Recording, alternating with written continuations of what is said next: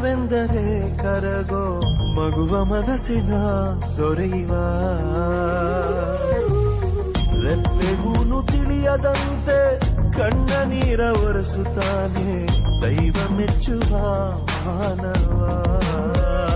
ನಂಬಿದ ಜೀವಕ್ಕೆ ಧೈರ್ಯವ ತುಂಬುತ್ತ ಸಹನೆಯ ಲಾಂಛನ ಹೊಂದಿರೋ ಜೀವ ನೀ